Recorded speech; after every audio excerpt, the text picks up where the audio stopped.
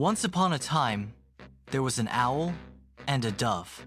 They were very good friends, but also great rivals, and were always competing with each other. Owls see better than doves, the owl affirmed. Doves fly much better, the dove replied. Owls have a better hearing, the owl boasted.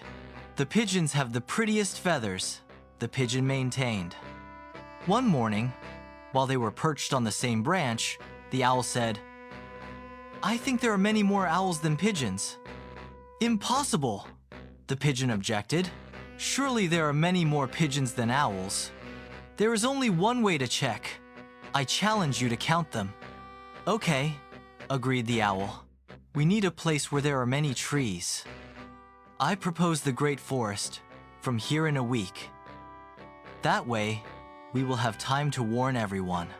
That week, the owl and the dove flew everywhere to ask the other birds of their species to go to the Great Forest for the count. On the appointed day, the owls were the first to arrive. It seemed that all the trees were full of owls hooting. There were so many that they had no doubt that they would surpass the pigeons. Suddenly, the sky darkened.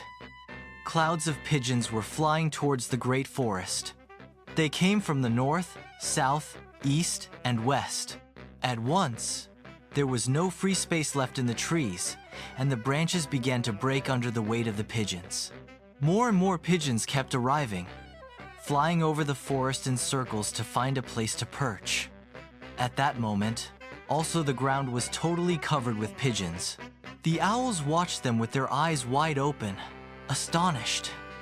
The pigeons kept arriving in thousands, and their flapping was deafening. The owls were seen trapped and crushed by the pigeons that had managed to perch in the trees. "Let's flee!" the owls hooted. But they had looked at the pigeons so intensely and for so long that their eyes remained wide open. Since then, the owls have eyes like plates and only fly at night, since during the day they hide from the pigeons.